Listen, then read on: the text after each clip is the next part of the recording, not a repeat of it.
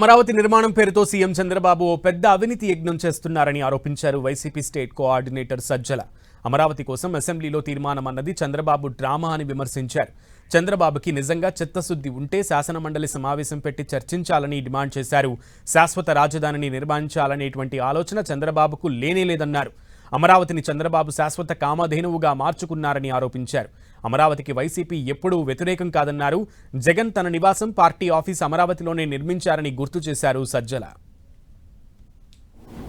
అది ఒక శాశ్వత కామధేనువులాగానో తన దోపిడీకి ఒక సాధనంగానో ఆయన ఎంచుకున్నాడనేది 2014 తర్వాత ఆయన ఎప్పుడైతే ఇటువైపు అక్కడి నుంచి హడావుడిగా వచ్చేసిన తర్వాత మొదలుపెట్టిన ఒక నాటకంతోనే అవన్నీ బయట తెలుస్తూ వచ్చాయి. అది తర్వాత అదే ప్రూవ్ అయింది. ఈయన దోపిడీకి మార్గం చూపే ఒక దాన్ని కామధేను అనాలన్నా ఏమనాలన్నా మరి తెలియదు ఎవరికి. చంద్రబాబు నాయుడుకి ఇట్లా చేయి జాపితే ఇట్లా వచ్చేటట్టు కోట్లు వచ్చేటట్టు ఉండే సాధనం కింద ఆయన అమరావతిని ట్రీట్ చేశాడంటే ఆ రోజు ఎగ్జాంపుల్లోనే కనపడుతుంది. ఈరోజు ఏం చేశాడు మళ్ళీ ఇప్పుడు ఈ 2 ఏళ్లలో ఒక్కటే అడుగుతున్నాం, ఏదన్నా ఒక కొత్త ఏదన్నా దీంట్లో వచ్చింది. కొత్త ప్లాన్ కోసం మళ్ళీ 400 కోట్లు ఈ మధ్య చదివించుకుంటున్నాడు అనేది డిజైన్ కోసం అని చెప్పి 400 కోట్లు ఇస్తున్నాడంట.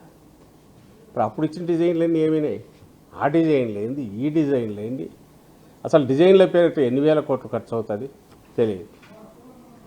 అలాగే బిల్డింగులకు సంబంధించి ఆ రోజు ఏవైతే పునాదులు తీసి ఆగినాయో అవి ఈ కొత్త ప్రభుత్వం వచ్చాక ఎవ్వరు అడగకుండానే వాటిని రద్దు చేసి చంద్రబాబు నాయుడు గారు మళ్ళీ టెండర్లు పిలిచారు. వైఎస్ఆర్ కాంగ్రెస్ పార్టీ జగన్మోహన్ రెడ్డి గారి కానీ అమరావతి మీద ఎలాంటి అభ్యంతరము లేదు. ఆ రోజు లేదు, ఈరోజు లేదు.